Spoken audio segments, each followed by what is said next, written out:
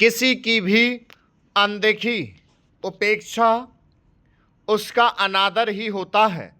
पश्चिम बंगाल के दौरे पर गईं राष्ट्रपति द्रौपदी मुर्मू के साथ ऐसा ही हुआ। क्योंकि उन्होंने इसे लेकर अपनी आपत्ति और पीड़ा प्रकट की, इसलिए यह सहज ही समझा जा सकता है कि वास्तव में उनके लिए निर्धारित प्रोटोकॉल का उल्लंघन किया गया।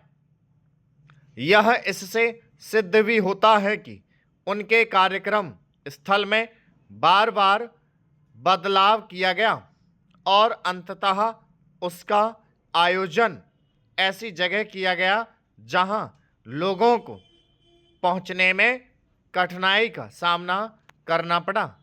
इससे भी खराब बात यह रही कि बदले हुए आयोजन स्थल पर जा रहे लोगों को इस आधार पर प्रवेश करने से रोका गया कि उनके पास आवश्यक निमंत्रण पत्र नहीं हैं, लेकिन वे तो वितरित ही नहीं किए गए थे।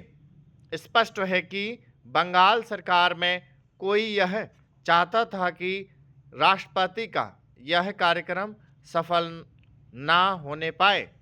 इससे बड़ी विडंबना और कोई नहीं कि आदिवासियों के जिस कार्यक्रम में आदिवासी समाज की राष्ट्रपति को सम्मिलित होना था, उसमें बाधाएं खड़ी की गईं।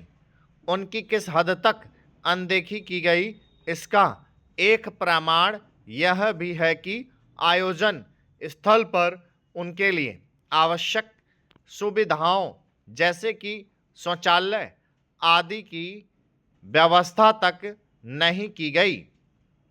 राष्ट्रपति जिस तरह पूर्व निर्धारित आयोजन स्थल पर गईं, उससे उन्होंने बंगाल प्रशासन की पोल ही खोली, क्योंकि उन्होंने पाया कि वहां पर कहीं अधिक लोगों के एकत्रित होने के लिए पर्याप्त स्थान था। अच्छा होता कि मुख्यमंत्री ममता बनर्जी और उनका प्रशासन यह समझता कि राष्ट्रपति के साथ उचित व्यवहार नहीं हुआ, लेकिन वे राष्ट्रपति को ही कटघरे में खड़ा करने में लग गईं। उन्होंने उन पर यह आरोप भी जड़ दिया कि वे भाजपा के इशारे पर राजनीति कर रही हैं।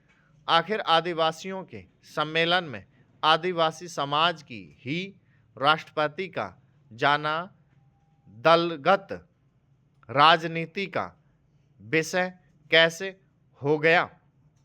यह समझ आता है कि मुख्यमंत्री ममता बनर्जी चुनाव आयोग के खिलाफ धरने पर बैठे होने के कारण राष्ट्रपति की अगवानी के लिए नहीं पहुंच सकीं, लेकिन वे अपनी ओर से किसी मंत्री को तो इस कार्य के लिए नियुक्त कर ही सकती थीं।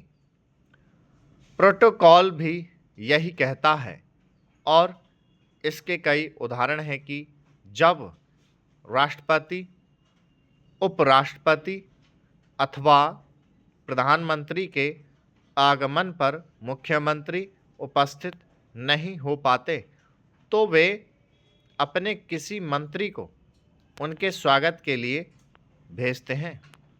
कोई नहीं जानता कि ममता बनर्जी को अपनी जगह किसी मंत्री को राष्ट्रपति का स्वागत करने के लिए भेजने में क्या कठिनाई थी। जो भी हुआ अच्छा नहीं हुआ।